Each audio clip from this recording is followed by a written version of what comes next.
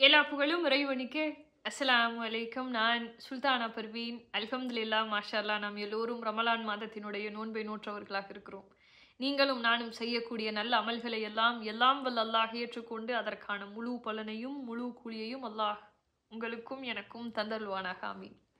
ஈமான்ல உறுதி அப்படின்னு வரும்போது எப்படியெல்லாம் அன்றைக்கு வாழ்ந்திருக்கிறார்கள் அப்படிங்கிறத நான் தெரிஞ்சுக்கும் போது உண்மையிலுமே எனக்கு மெய் சிலிர்ப்பாக இருக்குது. நான் படிச்ச இந்த வரலாறு, அல்லாஹ் அக்பர், எந்த அளவுக்கு ஈமான்ல உறுதியாக இருந்திருக்காங்க. இன்னைக்கு நீங்களும் நானும் முஸ்லீமாக இருக்கிறோம் அப்படின்னு சொன்னா வி ஆர் பை பர்த். அல்லாஹ் அக்பர், அல்லாஹ் நமக்கு அப்படி ஒரு நசீபை கொடுத்துருக்கான். ஆனா அந்த காலத்துல அப்படி கிடையாது. அந்த காலத்துல அண்ணல் நபி ரசூல் ஸல்லல்லாஹு அலைஹி வஸல்லம் அவர்கள் எடுத்து சொல்லி அன்றைக்கு இஸ்லாத்தை ஏற்றிருக்கிறாங்க. புதுசா ஒரு கொள்கையை ஏற்றுக்கொண்டவர்கள் எந்த அளவுக்கு உறுதியாக இருந்திருக்காங்க. அப்ப பை பர்த் நம்ம வந்திருக்கோம் அப்படின்னு சொன்னா நாம எந்த அளவுக்கு உறுதியா இருக்கணும் அப்படிங்கறத நம்ம எல்லாருமே யோசிச்சு பார்க்கணும் இல்லையா? திருக்குரான்ல 26வது அத்தியாயம் 74வது வசனத்துல அல்லாஹ் தஆலா திருக்குரான்ல இப்படி சொல்றான். அவர்கள் இவ்வாறு பதிலளித்தார்கள், இல்லை எம் சமூகத்தினர் இதைத்தான் கடைபிடித்தார்கள், இதை நாங்கள் கடைபிடிக்க மாட்டோம் அப்படின்னு அவங்க பதில் சொல்லியிருக்காங்க. எப்போ நம்முடைய மார்க்கத்தை நம்ம எடுத்து சொல்லுகிற பொழுது அந்த மாற்று கொள்கையில இருந்தவங்களுடைய பதில் அப்படித்தான் இருந்திருக்கு. அந்த மாதிரியான காலகட்டத்துல சஹத் இப்னு அபி வக்காஸ் ரலியல்லாஹு அன்ஹு அவர் இஸ்லாத்தை ஏற்றுக்கொள்கிறார். இஸ்லாத்தை அந்த காலத்துல ஏற்றுக்கொண்டவர்களுக்கு வெவ்வேறு மாதிரியான பிரச்சனைகள் வந்திருக்கு. சில பேருக்கு அந்த சமூகம் எதிர்ப்பு தெரிவிச்சிருக்கு. சில பேருக்கு அண்டை வீட்டார்கள் எதிர்ப்பு தெரிவிச்சிருக்காங்க. சில பேருக்கு உறவினர்கள் எதிர்ப்பு தெரிவிச்சிருக்காங்க. சஅத் இப்னு அபி வக்காஸ் ரலியல்லாஹு அன்ஹுவுக்கு யார் எதிர்ப்பு தெரிவிச்சிருக்காங்க அப்படின்னு சொன்னா பெற்ற தாயே எதிர்ப்பு தெரிவிக்கிறாங்க. இல்ல இந்த ஒரு கொள்கையில நீ இருக்கக்கூடாது அப்படின்னு சொல்லி. சஅத் இப்னு அபி வக்காஸ் ரலியல்லாஹு எப்படிப்பட்டவர் அப்படின்னு சொன்னா அவர் மிகச்சிறந்த மகன். தன்னுடைய தாய்க்கு பணிவிடை செய்யக்கூடிய ஒரு மகன். எந்த அளவுக்குன்னா அனைத்து விதமான பணிவிடைகளையும் அம்மாவுக்கு செய்வார். மிக பிடித்தமான மகன் கூட, பாசமா நடந்துக்கக்கூடிய ஒருத்தர். அம்மா இந்த விஷயத்த சொல்றாங்க, இல்ல இது நமக்கு மாறாக இருக்கிறது, இதை நீ செய்யக்கூடாது, இந்த கொள்கையில நீ இருக்கக்கூடாது. சஅத் இப்னு அபி வக்காஸ் ரலியல்லாஹு அன்ஹு இப்படி சொல்றார், மிகச்சிறந்த மகனாக நான் இருந்தேன், என்னுடைய அன்னை இதை வேண்டான்னு சொன்னாங்க. நான் அப்போ என்னுடைய அன்னையிடத்தில் இப்படி சொன்னேன், இல்லை எதற்காகவும் இஸ்லாத்தை என்னால் விட்டு கொடுக்க முடியாது அப்படின்னு நான் பதிலளித்தேன். அதற்கு என்னுடைய அன்னை இவ்வாறு கூறினார்கள், நீ இந்த கொள்கையை விடுகிற வரையில் நான் எந்த உணவையும் உண்ண மாட்டேன், எந்த பானத்தையும் பருக மாட்டேன் அப்படின்னு அவங்க முடிவு எடுத்துறாங்க. இவர் என்ன சொல்லிட்டாரு, நான் என்னுடைய கொள்கையில உறுதியா இருப்பேன். அந்த அம்மாவும் அதே மாதிரி சொல்றாங்க, நானும் என்னுடைய இதுல நான் உறுதியா இருப்பேன், நான் எதையும் சாப்பிட போறதில்லை அப்படின்னு சொல்லிடுறாங்க. முதல் நாள் என்ன ஆகுது, அந்த அம்மா உறுதியாக இருக்காங்க, சாப்பிட்றதில்ல. காலையில் சாப்பிடல, மத்தியானம் சாப்பிடல, நைட்டும் சாப்பிடல, தண்ணி கூட அவங்க குடிக்கல. வயசானவங்க, உடல் கொஞ்சம் மோசமான ஒரு நிலைக்கு போகுது.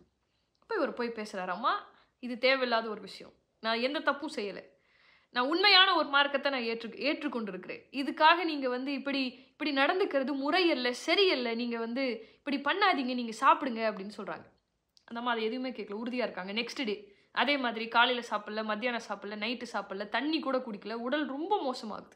ஊரில் இருக்கவங்களாம் பேச ஆரம்பிச்சிட்டாங்க, இவரே அவங்க அம்மாவை கொண்டுருவார் போல், அவ்வளவு பாசமாக நடந்துக்கிட்டார், அவ்வளவு பணிவிடைகளை செய்வார், இன்னைக்கு இப்படி விட்டுட்டார், சாப்பிடாம அந்த அம்மா இருக்கே, இவரே கொண்டுருவார் அப்படின்னு பேசக்கூடிய செய்திகளெல்லாம் இவருடைய காதுக்கு விழுகுது.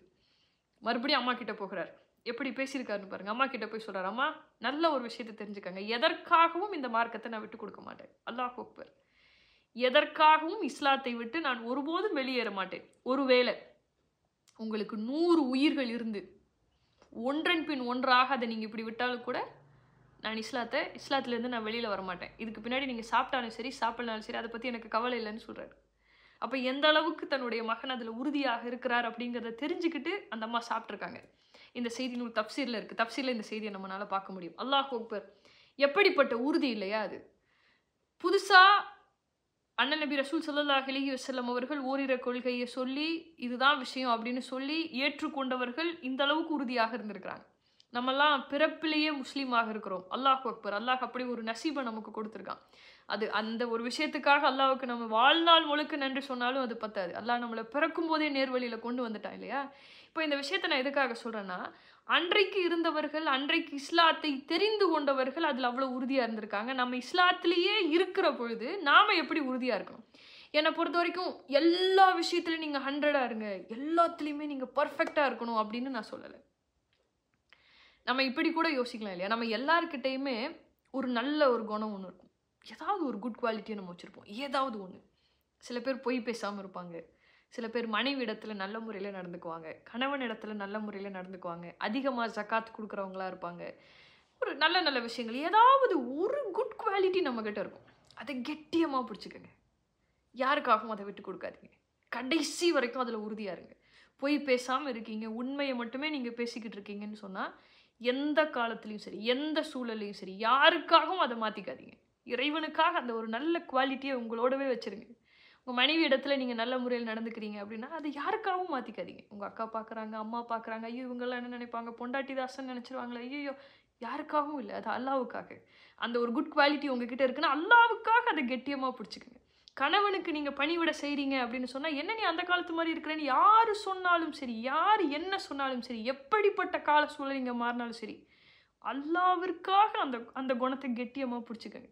அதிகப்படியாக நீங்கள் ஜக்காத்து கொடுக்குறீங்கன்னா 1000 பேர் வந்து சொல்லுவாங்க, உனக்குன்னு ஒன்றுமே இல்லாமல் ஊருக்கே தூக்கி கொடுக்குறிய, எல்லாத்தையும் வாரி வாரி இறக்குறிய, உனக்குன்னு வச்சுக்கன்னு யார் சொன்னாலும் சரி, அல்லாஹ்விற்காக அந்த குணத்தை கெட்டியமாக பிடிச்சிக்கங்க. எந்த நல்ல குணத்தை நீங்கள் வச்சுருந்தாலும் சரி, இறைவனுக்காக அதை உறுதியாக இருங்க. இறைவனுக்காக அதை உறுதியாக பிடிச்சிருங்க. கடைசி வரைக்கும், மரணம் வரைக்கும் எல்லா நல்லமல்களையும் செஞ்சு சொர்க்கத்துக்கு போகிறதுங்கிறது ஒரு வழி.